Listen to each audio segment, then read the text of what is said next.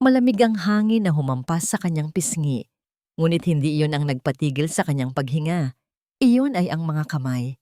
Ang mga kamay na buong buhay niyang inalagaan at pinuno ng pagmamahal.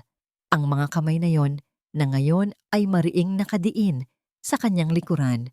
Isang tulak, isang malakas na tulak, nawalan ng balanse ang kanyang mga paa sa lupa. Sa isang iglap, ang tanging kayakap niya ay ang kawalan. Habang siya'y nahuhulog, ang huling imahe na nakatatak sa kanyang isipan ay hindi ang bangin sa ilalim, kundi ang mukha ng kanyang anak. Ang kanyang nag-iisang anak na si Marco. Walang emosyon, malamig, isang estranghero. Paano? Paano nangyari ito? Kaninang umaga lang, ang mundo ay perpekto.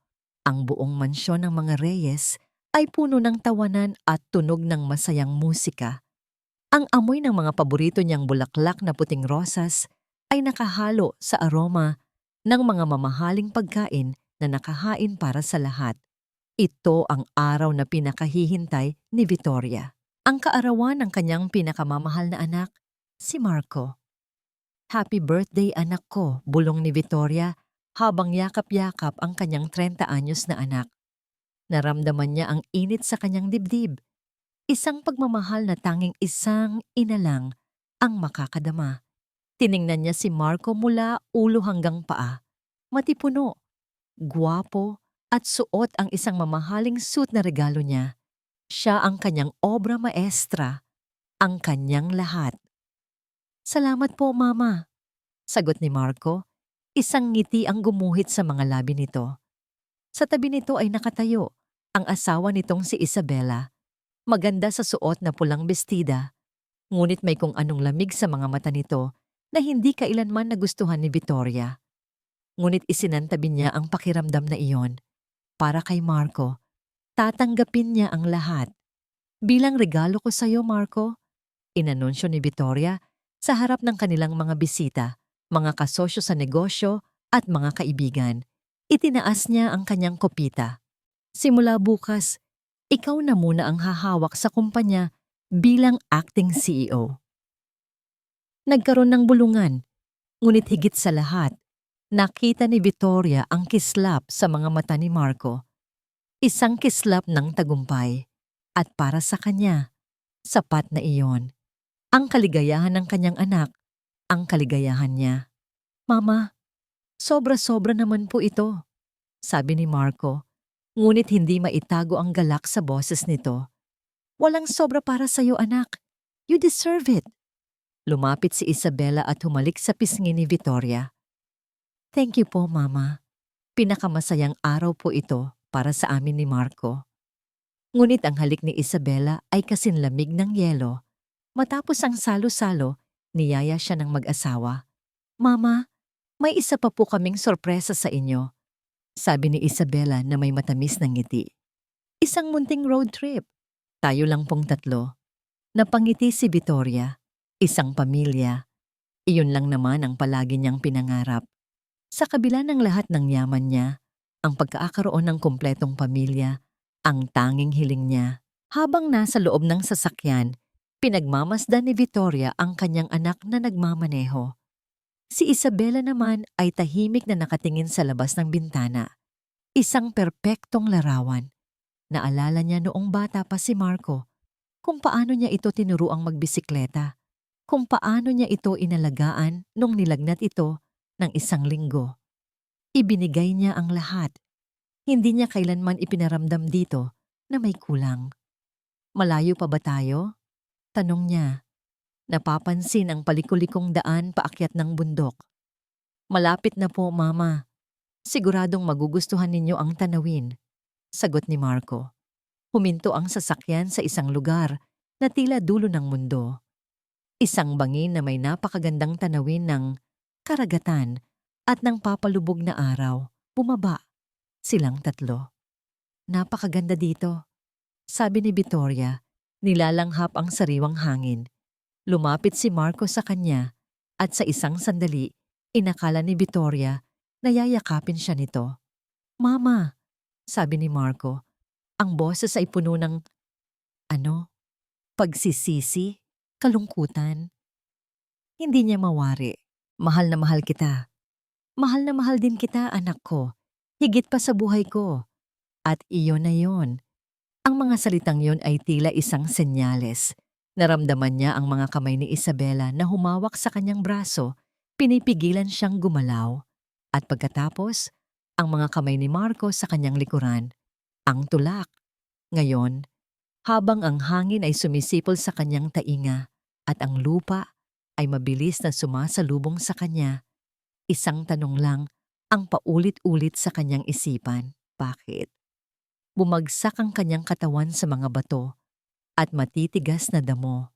Ang sakit ay hindi mailarawan. Naramdaman niya ang pagdudugo ng kanyang ulo, ang pagkabali ng kanyang mga buto. Sinubukan niyang sumigaw, ngunit walang boses na lumaba. Tumingala siya. Sa tuktok ng bangin, nakita niya ang dalawang anino nina Marco at Isabela, nakatingin sa kanya sa ibaba. Walang awa, walang pag-aalala. Tila mga Diyos na nagpaparusa sa isang mortal. Pagkatapos, tumalikod sila at umalis na. Iniwan siyang mag-isang naghihingalo sa dilim. Ang sakit, ang lamig, ang pagtataksil. Mas masakit pa ito kaysa sa anumang sugat sa kanyang katawan. Dahan-dahan, nilalamon na siya ng dilim. Napapikit siya. Ito na ba ang katapusan? Mamamatay siyang mag-isa dito? Dala ang isang pusong winasak ng sarili niyang anak? Ngunit bago siya tuluyang mawalan ng malay, sa gitna ng katahimikan ng gubat, may narinig siyang isang tunog. Isang kaluskos, isang yabag, at isang boses. Isang boses ng babae na puno ng pag-aalala. Diyos ko, may tao dito? Buhay ka pa ba? Ang buhay para kay Julia ay parang pag-akyat sa gilid ng bangin araw-araw. Mahirap, nakakapagod, mapanganib. At sa bawat pagmulat ng mata niya sa umaga, ang tanging kinakapitan niya ay ang pag-asa na sana may mas magandang bukas para sa anak niyang si Leo. Kaya naman nang marinig niya ang isang mahinang ungol mula sa ilalim ng bangin kung saan siya madalas manguha ng panggatong, inakala niyang guni-guni lang iyon. Ngunit narinig niya itong muli. Mas malakas, isang daing ng isang taong nasa bingit ng kamatayan. Sinilip niya ang ibaba. Nanlaki ang kanyang mga mata. Sa gitna ng mga tuyong dahon at sanga, may isang babaeng nakahandusay, nakasuot ng mamahaling damit na ngayon ay punit-punit at puno ng dugo. Diyos ko, may tao dito. Buhay ka pa ba? Sigaw niya. Nanginginig ang boses. Walang sagot. Tanging isang mahinang paggalaw lang ng kamay ng babae. Kinabahan si Julia. Ang unang pumasok sa isip niya ay ang tumakbo, ang tumawag ng tulong. Ngunit sino ang tatawagan niya? Ang pinakamalapit na barangay ay ilang kilometro ang layo.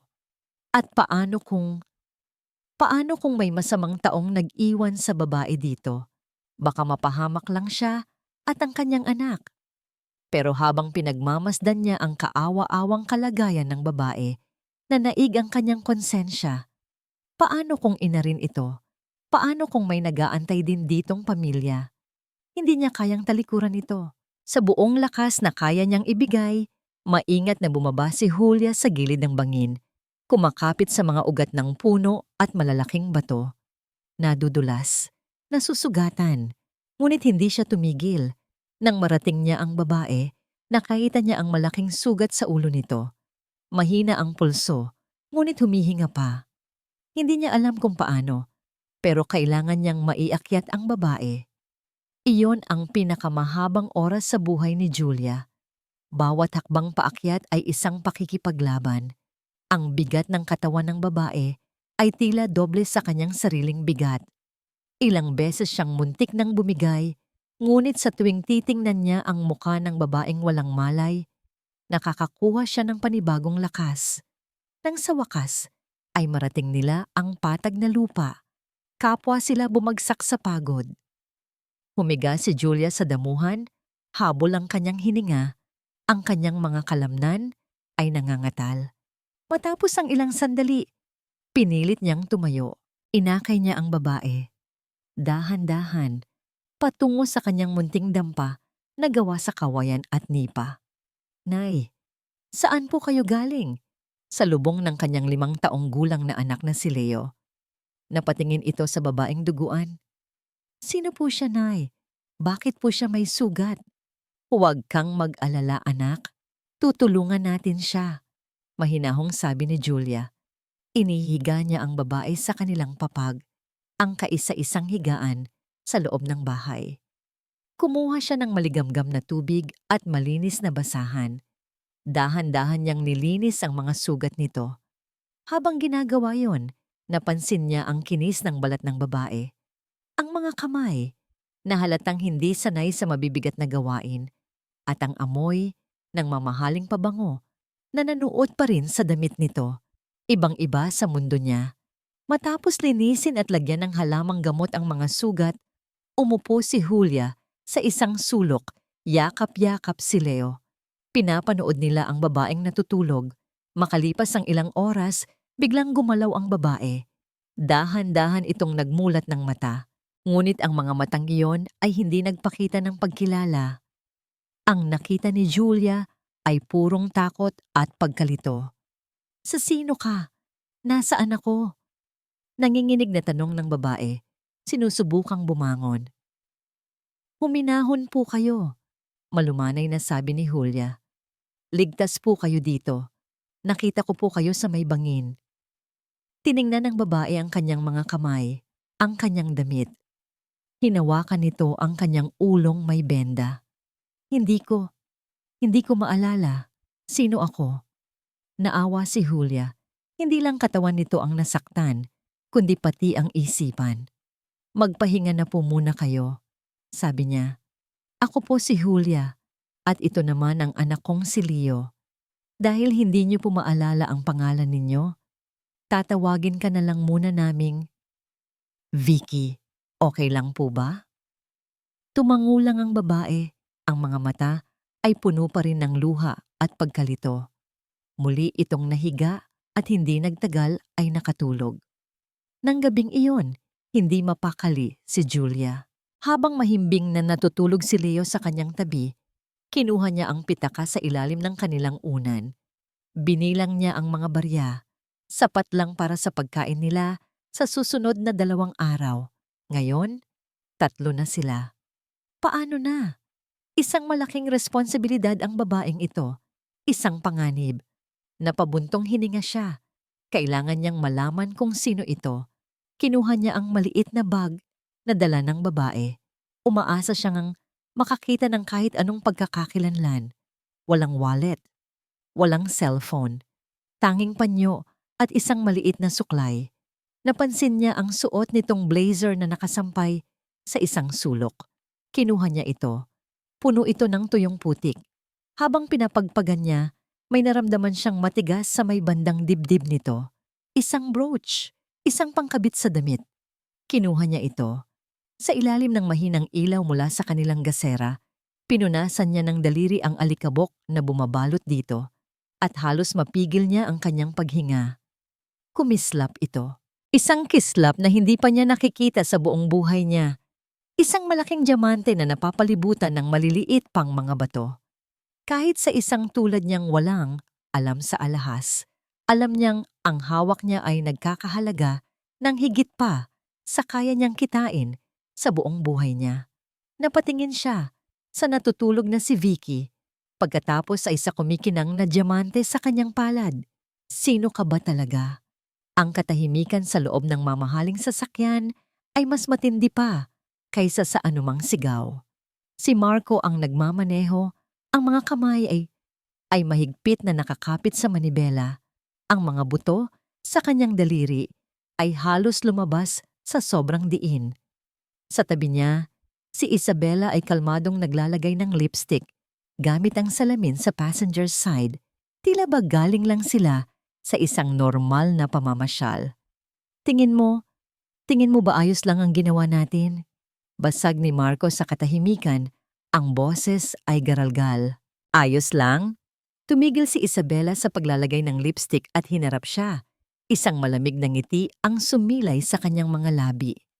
Marco, mahal ko, hindi lang ayos, perpekto. Ginawa natin ang dapat gawin. Pero si Mama, paano kung may makakita sa kanya? Walang makakakita. At kahit mayroon man, sa tingin mo ba may makakakilala sa kanya? Isa siyang matandang babae na nahulog sa bangin. Isang aksidente. Ganoon lang yon, sabi ni Isabela, bago bumalik sa pag-aayos ng sarili. Para sa kanya, tapos na ang usapan.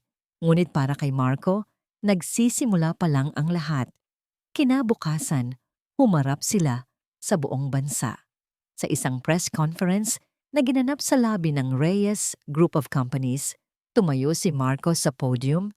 Ang mukha ay nagpapakita ng perpektong maskara ng kalungkutan. Si Isabela naman ay nasa tabi niya, nakayakap sa braso niya, ang mga mata ay namumugto. Salamat sa ilang patak ng eye drops kanina. Sa aming lahat, simula ni Marco, pinipilit na manginig ang kanyang boses. Napakabigat po sa aming puso na ipaalam sa inyo na ang aking ina, si Mrs. Victoria Reyes ay nawawala. Nagkagulo ang mga reporter. Ayon sa mga pulis, ito ay isang kaso ng foul play matapos matagpuan ang kanyang sasakyan na inabando na malapit sa isang bangin sa probinsya. Ginagawa po nila ang lahat para mahanap siya. Kami, umaasa pa rin kami. Dugtong niya at sa puntong yon, isang tunay na luha ang pumatak mula sa kanyang mata. Ngunit hindi ito luha ng kalungkutan. Ito ay luha ng takot. Mula sa araw na yon, sila na ang bagong hari at reyna. Ngunit ang korona ay mas mabigat kaysa sa kanilang inaasahan. Ang unang linggo ay puno ng pagpapanggap, pag-iyak sa harap ng mga kamera, pakikipag-usap sa mga investigador, at pagtanggap ng pakikiramay mula sa mga taong sa likod nila ay pinag-uusapan na ang kanilang biglaang pag-angat sa kapangyarihan. Sa gabi, ang pagpapanggap ay napapalitan ng bangungot. Laging napapabangon si Marco sa gitna ng gabi. Pawis na pawis, hinahabol ang kanyang hininga. Palaging pareho ang kanyang panaginip. Ang mukha ng kanyang ina, puno ng pagtataka at sakit, habang nahuhulog ito sa bangin. Bangungot lang yan, bulong ni Isabela. Hinihimas ang kanyang likod. Nawawala rin yan. Isipin mo na lang ang lahat ng atin ngayon. Ang kapangyarihan, ang pera. Hindi ba't ito ang matagal mo nang gusto? Oo, ito nga ang gusto niya. Ang makawala sa anino ng kanyang perpektong ina. Ang patunayan sa buong mundo na kaya niyang tumayo sa sarili niyang mga paa. Ngunit hindi niya inakala na ganito ang pakiramdam. Ang bawat sulok ng opisina ng CEO, ang bawat litrato ng kanyang ina sa dingding ay tila isang paalala ng kanyang kasalanan. At hindi lang yun ang problema. Mabilis nilang natuklasan na ang pagpapatakbo ng isang higanteng korporasyon ay hindi isang laro. Sa isang board meeting, pinalibutan sila ng mga matatandang miyembro ng board na tapat sa kanyang ina. Mr. Reyes, sabi ng isa, ang proposal ninyo para sa bagong proyekto ay masyadong magastos at delikado. Hindi ito inaprubahan ng inyong ina. Well, ako na ang CEO ngayon, matigas na sagot ni Marco. Sinusubukang maging matatag.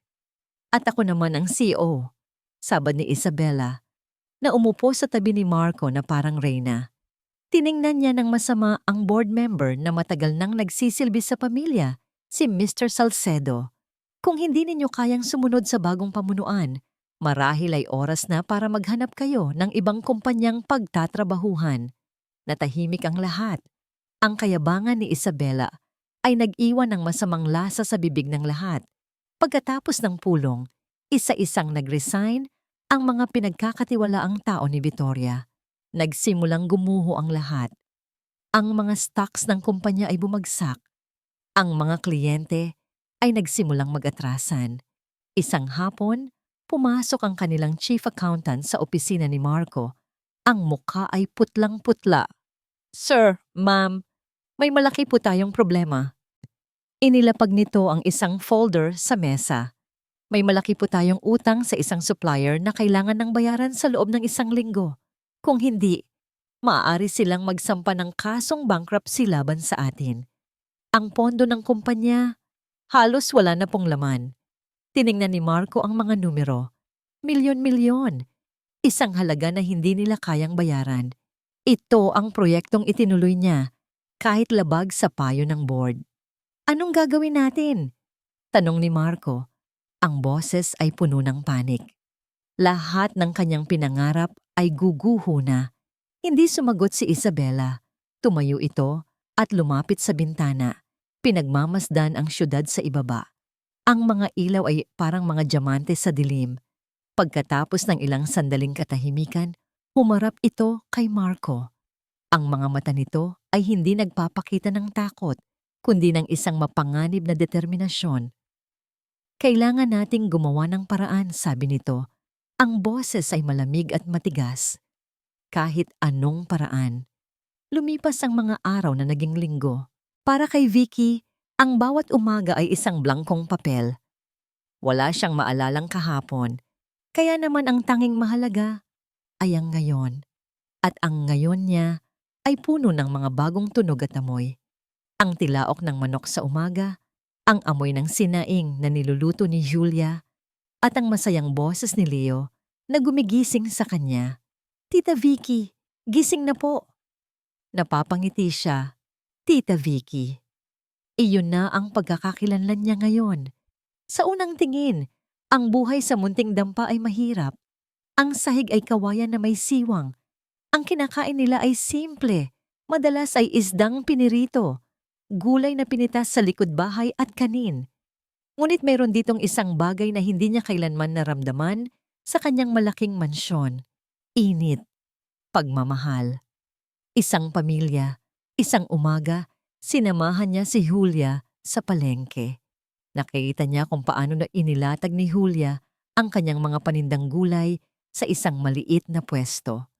Magulo, walang ayos, at si Julia, sa kanyang hiya, ay tahimik lang na nag-aantay ng mamimili. May kung anong umusbong sa loob ni Vicky. Isang pakiramdam na pamilyar, isang likas na kaalaman. Julia, hindi ganyan, sabi niya, at bago pa man niya mapigilan ang sarili, inayos na niya ang mga paninda. Inihanay niya ang mga kamatis ayon sa pagkapula. Itinayo niya ang mga talong na parang mga sundalo. Pinagsama-sama niya ang mga gulay na panggisa sa isang tali.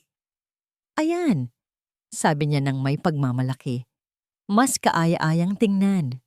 Namangha si Julia. Paano niyo po naisip yan, Aling Vicky? Hindi ko alam. Basta lumabas na lang. Sagot niya na naguguluhan din. Nang may lumapit na customer, hinila ni Vicky si Julia. Ngiti, Julia. Ngiti. Batiin mo. Magandang umaga po, Suki. Sariwa po ang aming mga gulay ngayon. Nahihiya man. Sinunod ni Julia ang kanyang sinabi. At nagulat siya sa resulta. Ang dating isa o dalawang tali lang ang binibili ng mga customer. Ngayon ay halos mamakyaw na. Sa pagtatapos ng araw, naubos lahat ang kanilang paninda. Doble ang kanilang kinita. Habang naglalakad pa uwi, masayang-masaya si Julia. Salamat po, Aling Vicky. Ang galing-galing niyo po. Ngumiti lang si Vicky. Nakaramdam siya ng isang kakaibang saya. Isang saya na nagmumula sa pagtulong sa iba, hindi sa pagpirma ng isang malaking kontrata. Sa hapon, habang nagpapahinga si Julia, si Vicky naman ang tumutulong kay Leo sa kanyang takdang aralin. Tita Vicky, hindi ko po maintindihan ito, sabi ng bata. Nakaturo sa isang simpleng math problem. Umupo si Vicky sa tabi niya. Tiningnan niya ang mga numero at parang kusa, alam na alam ng isip niya ang sagot. Hindi lang ang sagot, kundi ang pinakamadaling paraan para ipaliwanag ito sa isang bata. Ganito kasi yan, Leo. Paliwanag niya ng may pasensya. Nakikinig lang ang bata. Ang mga mata ay bilog na bilog sa pagkamangha. Sa loob ng ilang minuto, natapos ni Leo ang kanyang buong assignment. Wow! Ang talino niyo po, Tita Vicky! Sigaw ng bata bago siya hinalikan sa pisngi at tumakbo palabas. para maglaro. Naiwan si Vicky na nakaupo. Hinahaplos ang pisnging hinalikan ng bata. Isang mainit na pakiramdam ang gumapang sa kanyang dibdib. Kailan siya huling nakatanggap ng ganito kapuro at katamis na pagmamahal? Hindi niya maalala.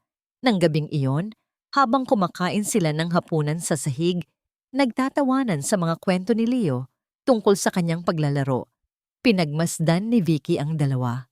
Si Julia, na may ngiti sa mga labi na abot hanggang sa kanyang mga mata. Si Leo, na walang tigil sa pagkain habang nagkukwento. Naalala niya ang mga hapunan sa mansyon, mahahabang mesa, mamahaling kubyertos, masasarap na pagkain, ngunit laging may katahimikan. Isang malamig na katahimikan. Si Marco ay laging nasa cellphone at si Isabela ay laging may reklamo. Dito, wala silang marami. Pero meron sila ng lahat. Aling Vicky, para po sa inyo, sabi ni Julia. Inaabot sa kanya ang isang maliit na supot. Binuksan niya ito. Sa loob ay isang mumurahing hair clip na kulay asul. Pasensya na po kayo. Yan lang po ang nakayanan ko. Nahihiyang sabi ni Julia. Pasasalamat ko po sa lahat ng tulong ninyo. Naluha si Vicky. Isang regalo. Isang simpleng regalo na may kasamang puso. Kinuha niya ang hair clip. Ang plastic ay magaspang sa kanyang palad. Ngunit nang hawakan niya ito, may biglang kumislap sa kanyang isipan. Isang imahe, mabilis, malabo. Isang kumikinang na bagay. Isang brooch na gawa sa diamante. Napahawak siya sa kanyang ulo. Isang matinding kirot ang biglang sumaksak sa kanyang sentido na parang tinutusok ng libu-libong karayom. Aray! Daing niya, nabitawan ang hair clip. Aling Vicky, ayos lang po kayo? Nag-aalalang tanong ni Julia, agad na lumapit sa kanya. Napapikit si Vicky, pilit na nilalabanan ang sakit at ang mga naguguluhang imahe sa kanyang isipan. Ano yon? Bakit pakiramdam niya? May isang bagay na napakahalaga, ang pilit na gustong lumabas. Ang desperasyon ay isang lason. Mabilis itong kumakalat, nilalamon ng takot, at nag-iiwan lamang ng isang mapanganib na katapangan. At sa mga sandaling iyon, si Isabela Reyes ay nalalasing sa desperasyon. Ang mga numero sa folder ay parang mga sundalong nakapalibot sa kanya.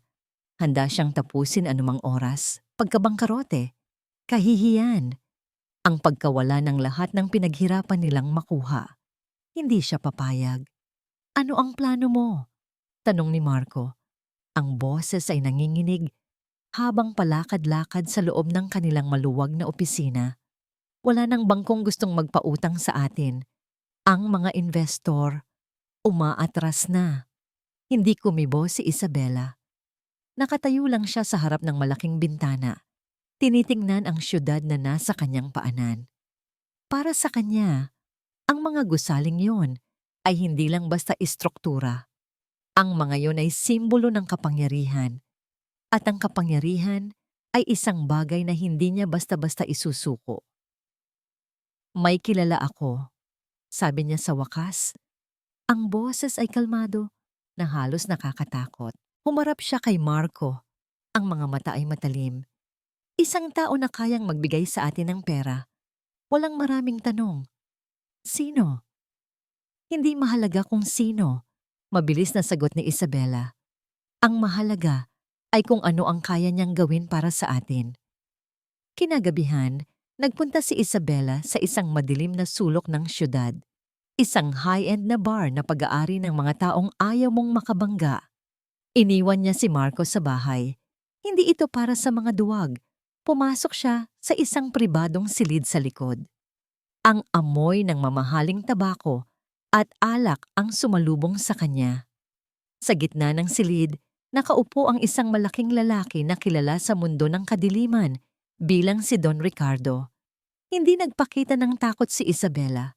Umupo siya sa upuang nasa harap nito, ipinagkrus ang kanyang mga binti at tiningnan ito ng diretso sa mata. Alam ko kung bakit ka nandito, Mrs. Reyes. Sabi ni Don Ricardo, ang boses ay malalim at magaspang. Balita ko, may problema sa pera ang kumpanya ninyo.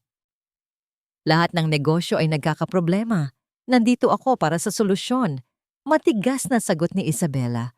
Tumawa si Don Ricardo. Gusto ko ang tapang mo. Sige, pautangin kita. Pero alam mo naman, ang pera ko, may kasamang interes na hindi mo makikita sa bangko. Alam ko, at handa akong bayaran, sabi ni Isabela. Hindi lang pera ang gusto kong kapalit, sabi ng matanda. Sumandal ito sa kanyang upuan at pinagmasdan si Isabela na parang isang ahas na tinitingnan ang kanyang biktima. Kailangan ko ng pabor. Isang patunay ng iyong goodwill. Anong klaseng pabor? Mayroon akong ilang mga kliyenteng matitigas ang ulo.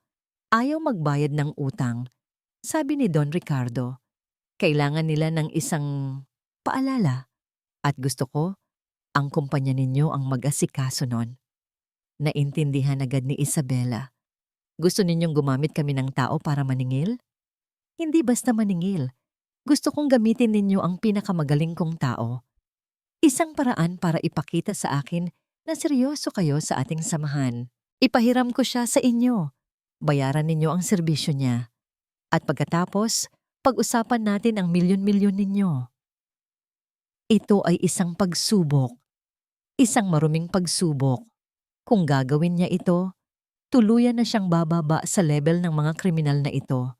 Ngunit kung hindi, babagsak ang lahat. Sige, sagot ni Isabela ng walang pag-aalinlangan. Tinatanggap ko.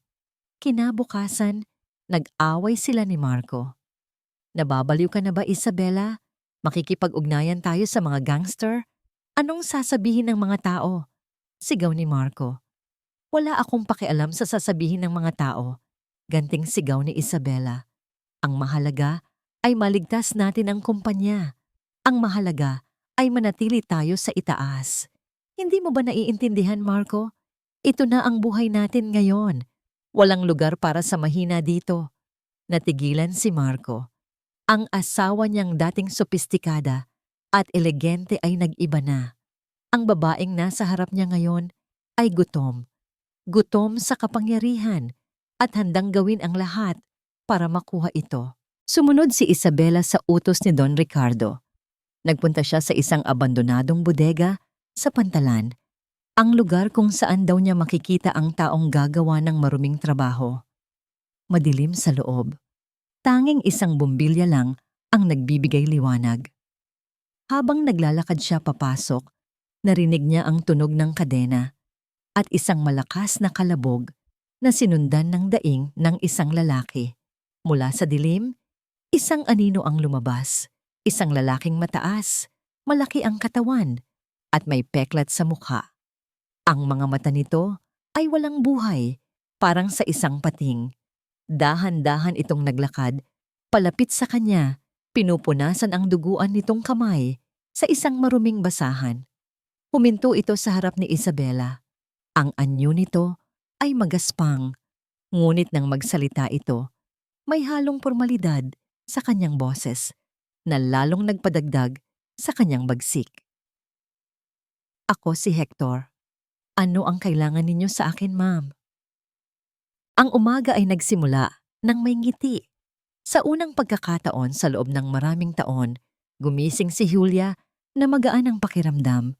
Hindi na mabigat ang dibdib niya sa pag-aalala kung saan kukunin ang kanilang susunod na kakainin.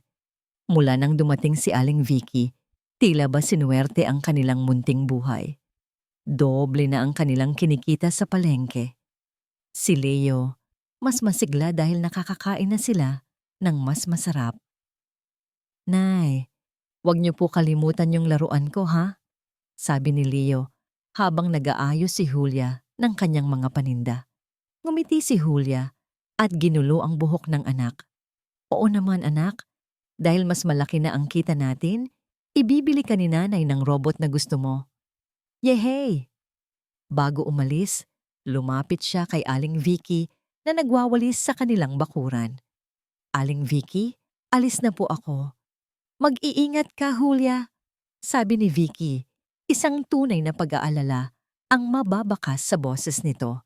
Pakiramdam ni Julia, nagkaroon siya ng isang tunay na ina. Pagdating sa palengke, Masaya niyang inayos ang kanyang pwesto. Gamit ang mga itinuro ni Vicky, ginawa niyang kaakit-akit ang kanyang mga gulay. At hindi nga nagtagal, dinumog na siya ng mga mamimili. Ang dating mahiyain na si Julia ay natuto ng ngumiti at makipag-usap sa kanyang mga suki.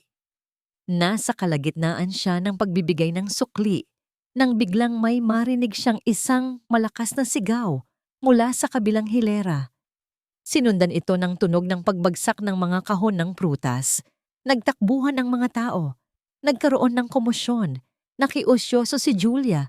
Sinisilip kung ano ang nangyayari. Nakita niya ang isang lalaking nakahandusay sa lupa. Duguan ng labi. Ito si Mang Lando, ang may-ari ng katabing pwesto, at nakatayo sa harap nito. Isang lalaking nakatalikod. Malapad ang likod. Pamilyar ang tindig. Sabi ko sa'yo, bayaran mo ang utang mo kay Don Ricardo. Sigaw ng lalaking nakatalikod. Ang boses ay magaspang at puno ng pagbabanta. Tinigil ang pag-ikot ng kanyang mundo. Hindi siya makahinga. Ang boses na yon. Kilalang kilala niya ang boses na yon. Isang boses na naging dahilan ng kanyang mga bangungot sa loob ng isang boses na naging dahilan ng kanyang mga bangungot sa loob ng maraming taon. Dahan-dahang humarap ang lalaki para sipain ang nakahandusay na si Mang Lando. Sa pag-ikot nito, nasinagan ng araw ang kanyang mukha. Ang peklat sa kanyang kilay, ang mapang-asar na ngiti sa kanyang mga labi, ang malamig at walang awang mga mata, Hector. Para siyang binuhusan ng nagyayelong tubig. Nabitawan niya ang hawak na mga barya at kumalansing ang mga ito sa semento, ngunit parang hindi niya narinig. Nawala ang ingay ng palengke, nawala ang sigawan ng mga tindera at ang tawanan ng mga mamimili. Ang tanging nakikita niya ay ang mukha ng demonyong matagal na niyang tinatakasan. Ang lalaking sumira sa kanyang buhay. Ang ama ng kanyang anak na naging halimaw. Takbo! Julia! Takbo! Sigaw ng isang boses sa kanyang isipan. Kailangan niyang makauwi. Kailangan niyang itago si Leo. Kailangan nilang umalis. Ngayon na. Dahan-dahan, si isang boses na naging dahilan ng kanyang mga bangungot sa loob ng maraming taon. Dahan-dahan siyang umatras, sinusubukang magtago sa likod ng ibang mga tao. Nanginginig ang kanyang mga tuhod. Pinipilit niyang humakbang ng mabilis, pero parang napako ang kanyang mga paa sa kinatatayuan. Ang multo ng kanyang kahapon ay narito. Buhay na buhay at mas malupit pa kaysa dati. Nakita niya itong tapusin ang ginagawa kay Mang Lando. Pagkatapos ay umismid ito, idinura ang laway sa tabi ng lalaking nakahandusay. Isang kilos na nagpapakita ng sukdulang pagkasuklam.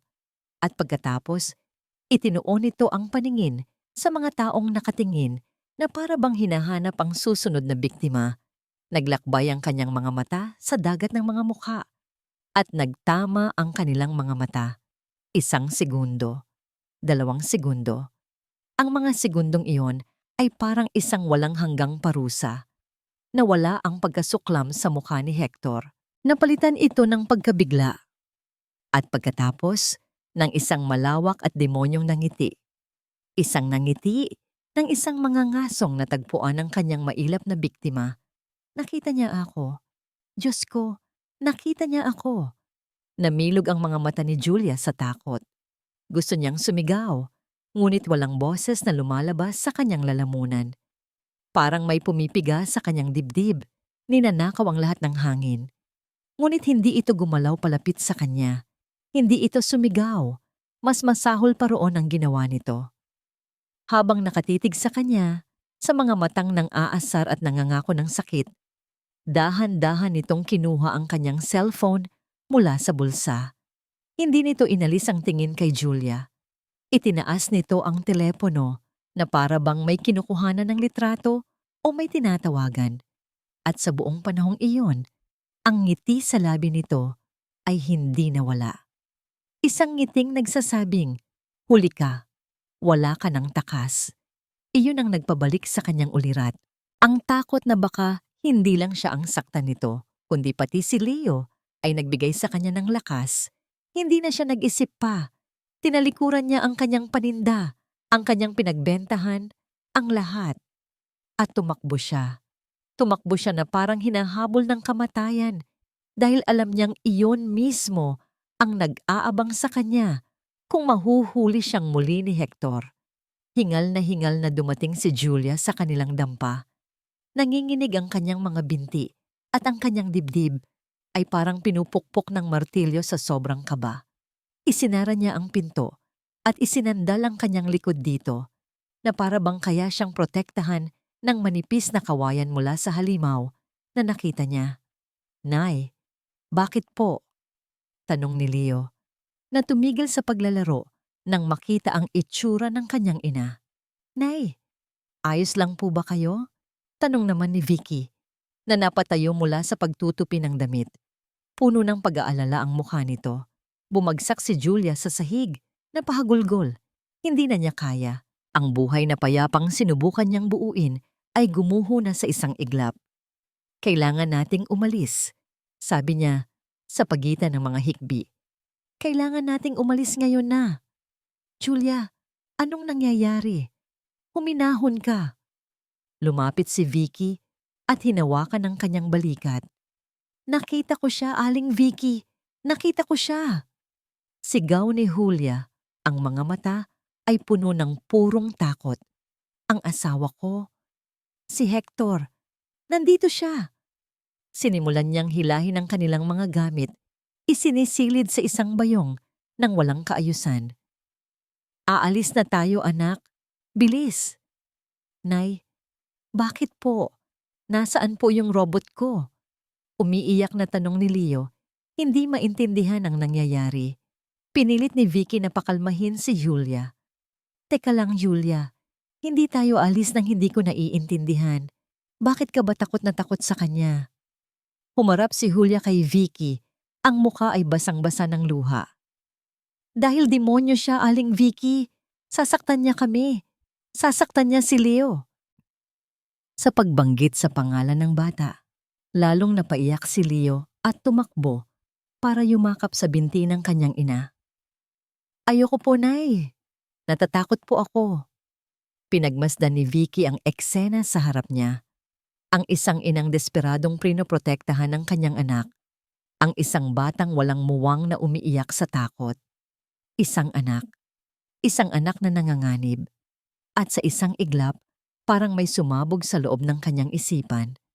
Ang imahe ng umiiyak na si Leo ay biglang napalitan ng imahe ng isa pang batang lalaki. Isang batang lalaki na minahal niya ng higit pa sa kanyang buhay. Si Marco. Isang matinding kirot na parang kidlat ang tumama sa kanyang utak. Napahawak siya sa kanyang ulo. Ang mga blangkong pader sa kanyang alaala ay biglang gumuho. Bumuhos ang lahat ng alaala na parang isang rumaragasang baha. Ang kanyang mansyon, ang kanyang kumpanya, ang kanyang yaman, ang party, ang regalong ibinigay niya, ang matamis na ngangiti ni Marco, ang paglalakbay paakyat ng bundok, ang malamig na halik ni Isabela, ang bangin, ang tulak, ang mukha ng kanyang anak, ang kanyang sariling anak, habang pinapanood siyang mahulog tungo sa kanyang kamatayan. Bakit? Ang tanong na yon ay umaling-aungaw sa kanyang isipan, hindi na isang mahinang bulong, kundi isang dumadagundong na sigaw. At ang pangalan, Hector. Narinig na niya ang pangalang iyon. Sa isang pag-uusap, si Isabela. Nangangailangan sila ng taong kayang gumawa ng paraan. Ang lahat ay nagkadugtong-dugtong. Ang mga taong nagtaksil sa kanya ay ang mga taong nagdala ng panganib sa pamilyang kumukop sa kanya. Ang blangkong ekspresyon sa mukha ni Vicky ay biglang naglaho. Ang pagkalito sa kanyang mga mata ay napalitan ng isang matalas at nag-aapoy na galit. Ang dating nangangapang si Aling Vicky ay biglang tumayo ng tuwid. Ang kanyang mga balikat ay umatras, na para bang isang reynang biglang naalala ang kanyang trono. Hindi na siya si Vicky, ang nawawalang matanda. Siya si Victoria Reyes. At nagbalik na siya. Nakita ni Julia ang pagbabago. Natigil siya sa pag-iyak, naguguluhan, sa biglaang pagbabago ng aura ng babaeng kaharap niya. Maging si Leo ay tumigil sa paghikbi. Naglakad si Victoria palapit kay Julia na nakaluhod pa rin sa sahig at yakap-yakap ang kanyang anak. Umupo siya sa harap nito, ngunit sa pagkakataong ito, hindi para mag-alala, kundi para magbigay ng lakas.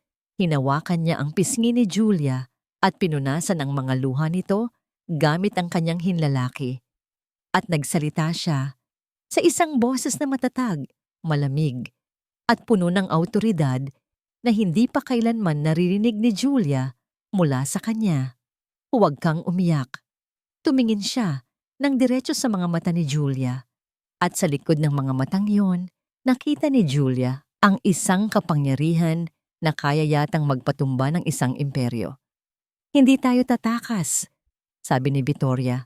Ang bawat salita ay may bigat. Sila ang tatakbo. Nakatulala lang si Julia. Ang babaeng kaharap niya ay si Aling Vicky pa rin sa itsura. Ngunit ang tindig, ang tingin, at ang boses ay pag-aari ng isang ganap na estranghero. Isang estrangherong nakakatakot. Pero kasabay nito ay nagbibigay ng isang kakaibang pakiramdam ng seguridad. Aling Vicky, anong nauutal na tanong ni Julia? Ang pangalan ko ay Victoria. Victoria Reyes. Diretsong sabi ni Victoria. Ang pagbanggit sa sariling pangalan ay tila nagbigay sa kanya ng panibagong lakas. At ang mga taong nagtangka sa buhay ko, ang siya ring dahilan kung bakit nandito ang Hector na yon. Umupo si Victoria sa isang maliit na upuang kahoy. Ang postura niya ay pang CEO. Kahit pa nasa loob sila ng isang dampang kawayan. Siya na ngayon ang nasa gitna ng silid, ang sentro ng kapangyarihan. Ikinuwento niya ang lahat kay Julia. Mula sa kanyang pagiging isang bilyonaryo, sa pagmamahal niya sa kanyang nag-iisang anak na si Marco, sa pagtataksil nito at ng asawa nitong si Isabela, hanggang sa pagtulak sa kanya sa bangin. Habang nagsasalita si Victoria, unti-unting nanlaki ang mga mata ni Julia sa pagkabigla. Ang babaeng inalagaan niya, ang babaeng tinuruan niyang maglaba at kumain gamit ang kamay, ay isa sa mga pinakamayayamang tao sa bansa. Ang lahat ng mga piraso ng palaisipan, ang mamahaling damit, ang brilyanteng brooch na itinago niya, ang likas na talino nito sa negosyo, ay nabuo na. Diyos ko po, bulong na lang ni Julia, hindi makapaniwala. Ang Hector na yan, pagpapatuloy ni Victoria, ay tauhan ng mga taong umutang sa anak at manugang ko.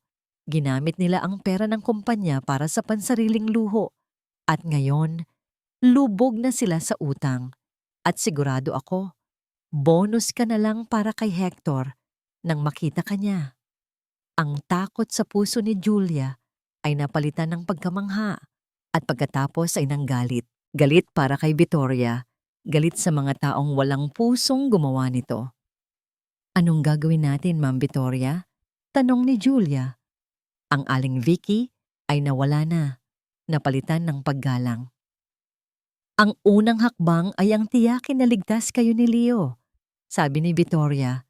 Tumingin siya sa paligid ng munting dampa at kailangan natin ng paraan para makatawag. Naalala ni Julia ang luma niyang cellphone na di-keypad. Mayroon po ako, pero baka wala na pong load. Hindi bale. Ang kailangan ko lang ay ang numero. Sabi ni Victoria, ibinigay ni Julia ang cellphone. Kinuha ito ni Victoria, ang kanyang mga daliri na sanay sa touchscreen ng pinakabagong smartphone ay nanibago sa pagpindot sa mga keypad. Ngunit ang mga numero sa kanyang isipan ay kasing linaw ng dati. Isang numero lang ang tinawagan niya. Ang numero ng kanyang abogado at kanang kamay sa loob ng 20 taon. Ang nag-iisang taong pinagkakatiwalaan niya bukod sa kanyang anak, ang anak na nagtaksil sa kanya. Nagring ito ng ilang beses. "Hello?" Sagot ng isang boses sa kabilang linya. Isang boses na pagod at malungkot. "David?" Sabi ni Victoria. Isang sandaling katahimikan. Pagkatapos, "Ma'am Victoria? Diyos ko, buhay kayo. Ma'am, saan po kayo?" Halos pasigaw at nanginginig na, sabi ni David. Halos marinig ni Victoria ang pag-iyak nito sa kabilang linya. "Mahabang kwento, David. Makinig kang mabuti. Wala akong maraming oras." Sabi ni Victoria, ang boses ay kalmado at kontrolado. "Kailangan kong malaman ang lahat. Ang status ng kumpanya, ang bawat galaw ni Marco at Isabela." Sa sumunod na 10 minuto, ibinuhos ni David ang lahat. Ang pagbagsak ng stocks, ang pag-resign ng mga loyal na empleyado, at ang mga balibalita tungkol sa pakikipag-ugnayan ni na Marco sa mga kilalang loan shark. "Alam ko na," sabi ni Victoria. "Ngayon, ito ang gagawin mo." Nagbigay siya ng sunod-sunod na utos. Malinaw, tumpak, walang pag-aalinlangan. Mga utos para i-freeze ang ilang mga bank account gamit ang mga legal loophole na siya lang ang nakakaalam. Mga utos para kontakin ang mga piling miyembro ng board na alam niyang tapat pa rin sa kanya. "At David," sabi niya bago ibaba ang tawag, "alamin mo ang lahat tungkol sa isang lalaking nagngangalang Hector na nagtatrabaho para kay Don Ricardo." "Masusunod po, ma'am. Gagawin ko po ang lahat. Diyos ko, nagbalik na po ang Reyna." Nang ibaba ni Victoria ang tawag, tiningnan niya si Julia na nakikinig lang sa isang sulok, yakap pa rin si Leo. "Julia, mula ngayon, hindi ka na mag-aalala," sabi ni Victoria. "Ako na ang bahala sa lahat. Ang utang ko sa'yo ay ang buhay ko at babayaran ko yan sa pamamagitan ng pagbibigay sa'yo ng buhay na nararapat para sa'yo at kay Leo." Habang papalubog ang araw, dumating ang isang itim na van sa kanilang lugar. Bumaba si David, hindi makapaniwala sa tinitirhan ng kanyang amo. Nagyakapan sila ni Victoria. Isang yakap ng muling pagkikita at katapatan. "Ma'am, kailangan na po nating umalis dito. Delikado po," sabi ni David. "Alam ko, pero may kailangan muna tayong gawin." Ilang sandali pa, tumunog ang cellphone ni David. Isang text message. "Ma'am?" sabi ni David. Ang muka ay biglang nagliwanag. "Nakuha na po natin ang usapan kanina ni Isabela at ni Hector. May nakapag-record po sa palengke. Ipinadala na po sa akin." Isang ngiti ang sumilay sa mga labi ni Victoria. Isang malamig at mapanganib na ngiti. Ang unang bala para sa kanyang paghihiganti ay nasa kamay na niya. "Mayroon tayong ebidensya, Ma'am Victoria. Mayroon tayong ebidensya, Ma'am Victoria. Isang recording, ang recording ng pag-uusap nila ni Hector." Napatingin si Victoria kay David. Ang kanyang mga mata ay nag-aapoy sa isang bagong pag-asa. "Iparinig mo sa akin." Inilabas ni David ang kanyang smartphone at pinindot ang play. Isang magulong tunog ng palengke ang unang narinig at pagkatapos ay isang malinaw na boses. Ang boses ni Hector. "Oo, nakita ko na siya. Ang babaeng tinataguan mo, ang asawa mo." Sinundan ito ng boses ng isang babae. Isang boses na pamilyar at nakakakilabot. Ang boses ni Isabela. "Magaling. Ngayon, gusto kong mawala na siya sa landas natin. Permanenteng mawala. Naiintindihan mo ba, Hector? Siya at ang kanyang anak. Siguraduhin mong walang matitirang bakas." Napatakip ng bibig si Julia. Ang takot ay muling gumapang sa kanyang buong katawan. Hindi lang pala siya, kundi pati si Leo. Pinatay ni Victoria ang recording. Ang katahimikan sa loob ng dampa ay mas nakakabingi kaysa sa anumang sigaw. Pagkatapos, tumingin siya kay David. "Tumawag ka ng emergency board meeting para bukas ng umaga. Sabihin mong may mahalagang anunsyo tungkol sa kinabukasan ng kumpanya. Siguraduhin mong naroon si Marco at Isabela." "Pero ma'am," nag-aalangang sabi ni David, Paano po kayo haharap sa kanila? Isang malamig na ngiti ang muling gumuhit sa mga labi ni Victoria Reyes. Hindi nila ako aasahan at iyon ang magiging pinakamalaki nating sandata. Para kay Marco, ang upuan ng CEO ay parang isang trono na gawa sa yelo. Malamig, matigas, at anumang oras ay maaring gumuho. Nakatayo siya sa harap ng boardroom, sinusubukang maging kalmado habang pinapaliwanag ang kanyang mga bagong plano para sa kumpanya. Ngunit ang mga tingin na ipinupukol sa kanya ng mga miyembro ng board, mga taong matagal nang tapat sa kanyang ina, ay parang mga punyal. Hindi sila naniniwala sa kanya. At sa kaibuturan ng kanyang puso, alam niyang hindi rin siya naniniwala sa sarili niya. Sa tabi niya, si Isabela ay kumikilos na parang isang tunay na reyna. Sinasagot ang mga tanong ng may kayabangan at talas na lalong nagpapainit sa tensyon sa silid. Salamat sa inyong oras, pagtatapos ni Marco. May mga tanong pa ba? Bago pa man may makapagsalita, bumukas ang pinto ng conference room. Pumasok si David, ang abogado ng kanyang ina. Ang mukha ay seryoso. Anong ibig sabihin nito, David? Tapos na ang meeting, sabi ni Isabela na irita. Hindi pa, sagot ni David. May emergency agenda. Isang mahalagang anunsyo tungkol sa kinabukasan ng kumpanya. Nagkatinginan si Marco at Isabela, naguguluhan. Muling bumukas ang pinto. At sa pagbukas niyon, tila huminto ang pag-ikot ng mundo ni Marco. Huminto ang kanyang paghinga. Huminto ang tibok ng kanyang puso. Isang babae ang pumasok. Nakasuot ng simpleng bestida, ngunit ang tindig ay puno ng kapangyarihan. May mga peklat sa kanyang mukha, ngunit ang kanyang mga mata ay nagnininga sa isang apoy na hindi pa niya nakikita kailanman. Ang kanyang ina, buhay, nakatayo, at nakatingin ng diretso sa kanya. Mama, bulong ni Marco. Ang boses ay parang hangin na lang. Akala niya ay multo ang kanyang nakikita.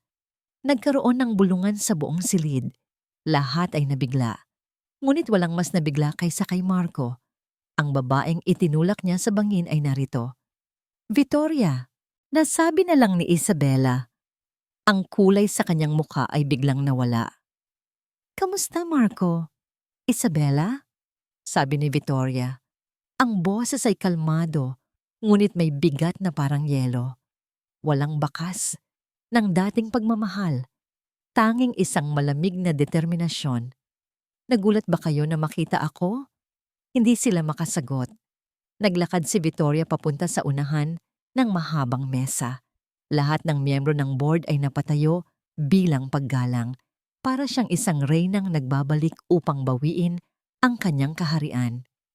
Alam kong marami kayong tanong, sabi ni Victoria sa board. At lahat ng iyon ay masasagot ngayon din. Tumingin siya kay David. David, simulan mo na. Inilabas ni David ang isang cellphone at ikinonekta ito sa speaker system ng conference room.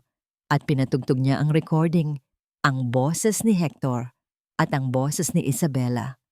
Mawala na siya. Siya at ang kanyang anak. Siguraduhin mong walang matitirang bakas. Napatingin si Marco kay Isabela. Ang mga mata niya ay puno ng tanong at pangingilabot. Anak, may kasama palang bata? Hindi niya alam ang bahaging iyon. Peke yan. Gawa-gawa lang yan. Sigaw ni Isabela, ngunit ang panginginig sa kanyang boses ay hindi maitago. Talaga ba, Isabela? Tanong ni Victoria. Dahil ang babaeng pinapapatay mo ay ang babaeng nagligtas sa akin. Ang nag-iisang taong nagpakita ng kabutihan, habang ang sarili kong pamilya ay hinahangad ang aking kamatayan. Parang sinaksak si Marco sa dibdib. Tumingin siya sa kanyang ina, naghahanap ng kahit kaunting bakas ng dating pagmamahal. Wala. Bakit, Mama?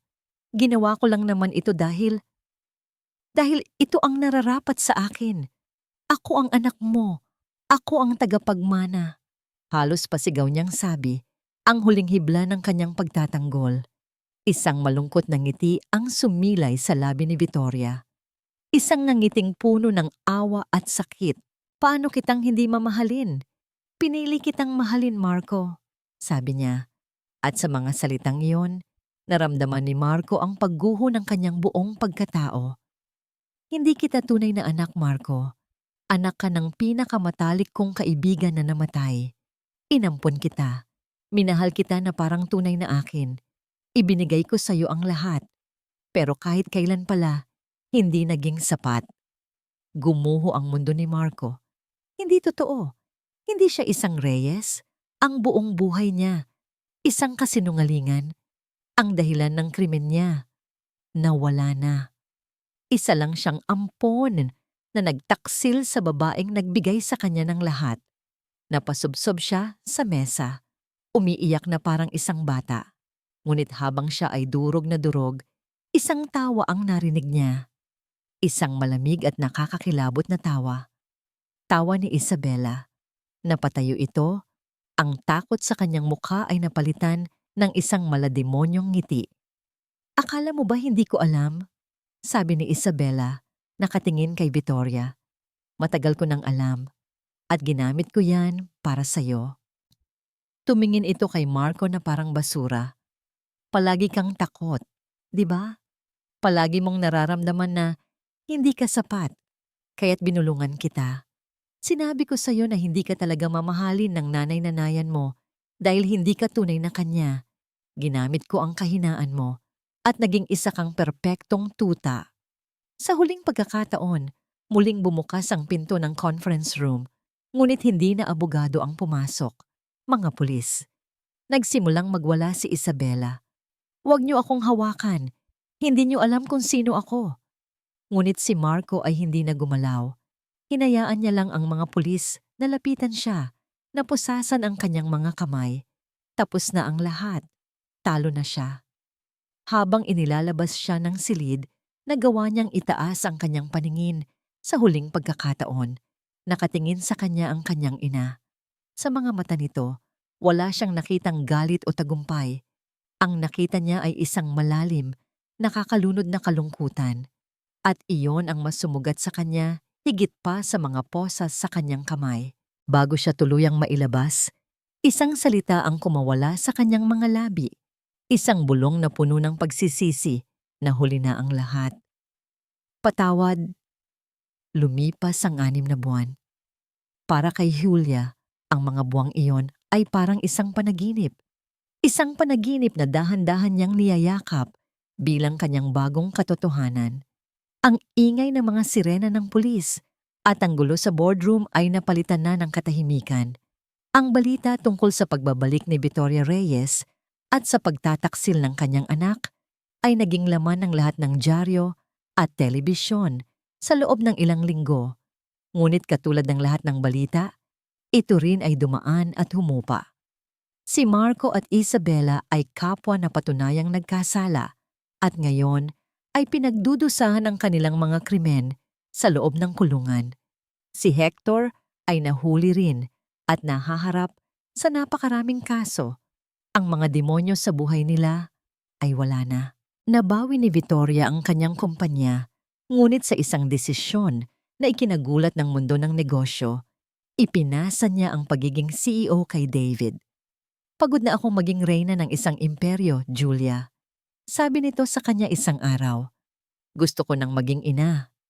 At iyon mismo ang ginawa niya. Ngayon, nakatayo si Julia sa harap ng salamin sa kanyang bagong kwarto. Hindi ito isang mansyon, ngunit isang maganda at malinis na bahay sa isang tahimik na subdivision. Ang kwarto niya ay may malambot na kama at sa bintana, tanaw niya ang isang maliit na hardin kung saan naglalaro si Leo, ang kanyang anak. Malusog, masaya at walang anumang takot sa kanyang mga mata. Isang katok sa pinto ang pumukaw sa kanya. Pumasok si Victoria, may dalang isang tasa ng mainit na kape para sa kanya. Handa ka na ba? Tanong ni Victoria, isang nangiti ang nasa kanyang mga labi. Ngumiti pabalik si Julia.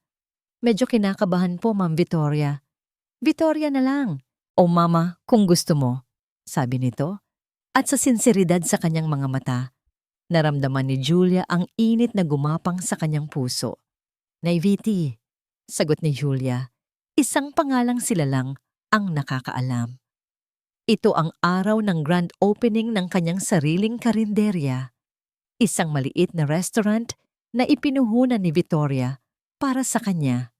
Julia's Kitchen, ang pangarap niyang hindi niya inakalang matutupad kailanman.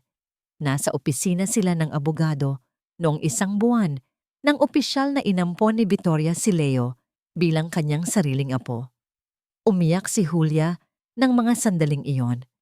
Ang kanyang anak, na minsang itinuring na bastardo ng sariling ama, ay mayroon ng isang lola na gagawin ang lahat para sa kanya. Pagdating nila sa restaurant, nandoon na ang iilang mga bisita, si David at ilang mga dating empleyado ni Victoria na muling bumalik sa kumpanya. Sinalubong sila ng palakpakan. Ipinagmamalaki ni Julia ang kanyang restaurant. Malinis, mabango. Ang mga pagkain ay ang mga lutong bahay na itinuro sa kanya ng kanyang ina. Nang mag-umpisa ng kumain ng lahat, umupo silang tatlo sa isang mesa sa sulok. Si Leo, si Julia, at si Victoria. Pinanood ni Julia si Victoria habang sinusubuan nito si Leo. Ang dating makapangyarihang bilyonarya na nagpapatakbo ng isang dambuhalang korporasyon ay masayang-masaya ngayon sa simpleng gawain ng pag-aalaga sa kanyang apo. Wala nang bakas ng sakit o pagtataksil sa kanyang mga mata, tanging kapayapaan at pagmamahal. Salamat po sa lahat, Nay Viti, bulong ni Julia. Tumingin sa kanya si Victoria. Ang mga mata nito ay kumikinang. Hindi, Julia. Ako ang dapat magpasalamat. Iniligtas mo ang buhay ko. Pero higit pa roon, ipinakita mo sa akin kung ano ang tunay na pamilya. Isang pamilyang hindi nasusukat sa dugo, pagpapatuloy nito, kundi sa kabutihan ng puso. Isang pamilyang hindi mo minamana, kundi isang pamilyang pinipili mong buuin. Napatingin si Julia sa paligid, sa kanyang restaurant, sa kanyang anak na tumatawa, sa babaeng nagbigay sa kanila ng pangalawang pagkakataon sa buhay. Naiintindihan na niya ngayon. Minsan, kailangan mo nang gumuho ng isang pamilya para mabigyan ng daan ang pagbuo ng isang bago. Isang pamilyang mas matatag dahil ang pundasyon nito ay hindi obligasyon, kundi purong pasasalamat at pagmamahal. Kinuha niya ang kamay ni Victoria at pinisil ito. Sa kabilang kamay, hinawakan niya ang kamay ni Leo. Magkahawak kamay silang tatlo, isang bilog ng pag-ibig na hindi na kayang sirain ng sinuman. Dito, sa gitna ng amoy ng masarap na pagkain at ng halakhak ng kanyang mga mahal sa buhay, nahanap ni Julia ang kanyang tahanan. At dito po nagtatapos ang makulay na kwento ni na Victoria, Julia at Leo. Isang kwentong isinulat ng pagtataksil, ngunit tinapos ng pag-asa. Mula sa kaibuturan ng aking puso, maraming salamat sa inyong walang sawang pagsubaybay at pakikinig. Isang karangalan ang samahan kayo sa bawat kabanata ng kanilang paglalakbay. Habang isinusulat ko ang salaysay na ito, para ko na ring naramdaman ang bawat pighati at tagumpay ng ating mga bida. Naramdaman ko ang bigat ng pusong sinugatan ng mga taong pinakamamahal. Ang takot ng isang inang ipinaglalaban ang kanyang anak. At higit sa lahat, ang di matatawarang init ng isang pamilyang binuo, hindi ng dugo, kundi ng pagkalinga at pasasalamat. Sana po, sa pagtatapos ng ating kwento, ay may isang aral na manatili sa inyong mga puso, na ang tunay na pamilya ay hindi laging nakatali sa iisang apelyido. Ito ay matatagpuan sa mga bisig na handang sumalo sa iyo, sa iyong pagbagsak, sa mga pusong pinipili kang mahalin sa kabila ng iyong mga pagkukulang, at sa mga taong dumarating upang ipaalala sa iyo na ang bawat butil ng kabutihan ay may kakayahang lumikha ng pinakamagandang himala. Nais ko pong marinig ang inyong mga saloobin. Anong bahagi ng kwento ang pinakatumatak sa inyo? Huwag po kayong mag-atubiling ibahagi ang inyong mga komento sa ibaba. Hanggang sa ating muling pagsasama sa susunod na kwento. Patuloy po tayong maniwala sa kapangyarihan ng pag-ibig at sa pag-asang hatid ng bawat bagong umaga.